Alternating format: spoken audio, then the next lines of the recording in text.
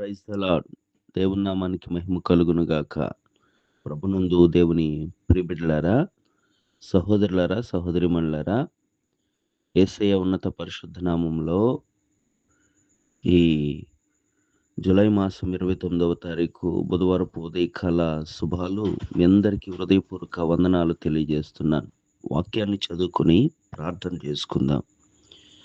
యెహోవా గ్రుడ్డి వారి కన్నులు తెరవచేయువాడు, యెహోవా కృంగిన వారిని లేవనెత్తువాడు, యెహోవా నీతిమంతులను ప్రేమించువాడు.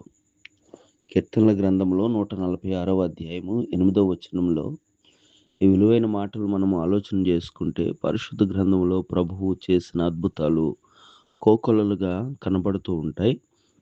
గురుడివాడైన బర్తలోమయి, దావీదు కుమారుడా నన్ను కరుణించు అని కేకలు వేసినప్పుడు దేవుడు ఆగిపోయి ఆ గుడ్డితనాన్ని, అంధత్వాన్ని తొలగించి చూపునిచ్చినట్లు మనము చూడగలము.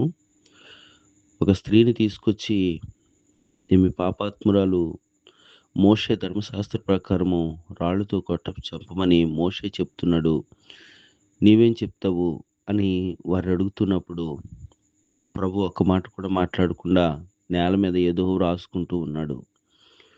అందరూ విడిచి వెళ్ళిపోయారు. ఆ స్త్రీ ఒక్కతే ఉండిపోయింది.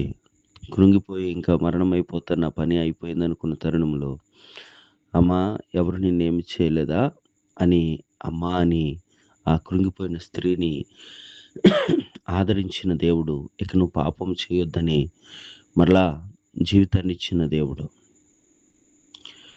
ఇక నీతిమంతులుగా నతనీయులను చూసి ప్రభు అంటున్నాడు, ఇతడు నిజముగా ఇశ్రాయేలీయుడు అని చెప్తున్నాడు. ఇక శతాధిపతిని కూడా చెప్పి, ఇశ్రాయేల్ శతాధిపతిని కూడా చూసి ఆ శతాధిపతి చెప్తున్నాడు, నా దాసుడు రోగి అయి ఉన్నాడు, వాడు బాగుపడినట్లు నువ్వు మాట మాత్రం సెలవిమ్ము, నువ్వు మాటిస్తే చాలు, నువ్వు నా ఇంట్లోకి రావటానికి నేను యోగ్యుని కాదు అన్నప్పుడు, ఇశ్రాయేల్లో ఇంత విశ్వాసం నేను కనుగొనలేదు అని ప్రభు ఆయన ఎంతగానో ప్రేమించినట్లు మనం చూడగలం. ఉదయకాల సమయంలో ఆయా సందర్భాల్లో ఆయా వ్యక్తుల గురించి మాట్లాడుకుంటున్న మన జీవితాల్లో ఇంకా అంధత్వంతో ఉన్నామా? పాపం అనే అంధత్వంతో ఉంటే గనక దేవుడు నీ పాపపు అంధత్వాన్ని, నీ పాపపు తిమిరాన్ని తొలగించి నీ కన్నులు వెలిగించేవాడుగా ఉన్నాడని గ్రహించు. ఇక నువ్వు కృంగిపోయిన స్థితిలో ఉన్నావా?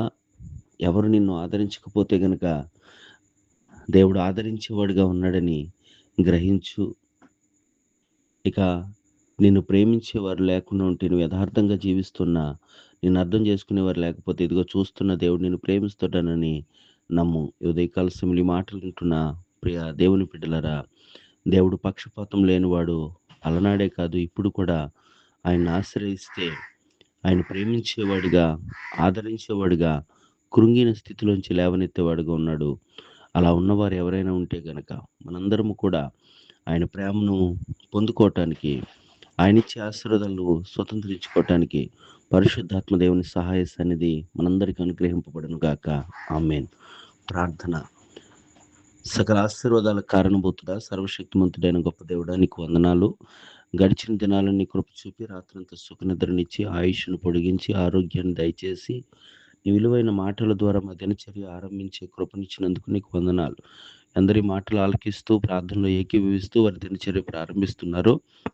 వారి జీవితాల్లో నీ ఎలలేని కృపను, ఉన్నతమైన ఆశీర్వాదాలను, మంచి ఆరోగ్యాలను దయచేయండి. ఆయా దేశాల్లో ఉన్న బిడ్డలందరి చుట్టూ నీ కాపుదల భద్రత దయచేయండి. నేటి దినం పుట్టినరోజు, పెళ్లి రోజు జరుపుకుంటున్న వారికి నూతన సంవత్సర దయాకిరీటాలు ధరింపచేయండి. నువ్వు దయచేసి నీ దినమంతట్లో కూడా మా పిల్లల పనులు, ప్రయాణాలు సఫలపరచమని, క్షేమమని యేసు నామములో ఈ ప్రార్థన అడుగుచున్నాను తండ్రి. ఆమేన్. ఆమేన్.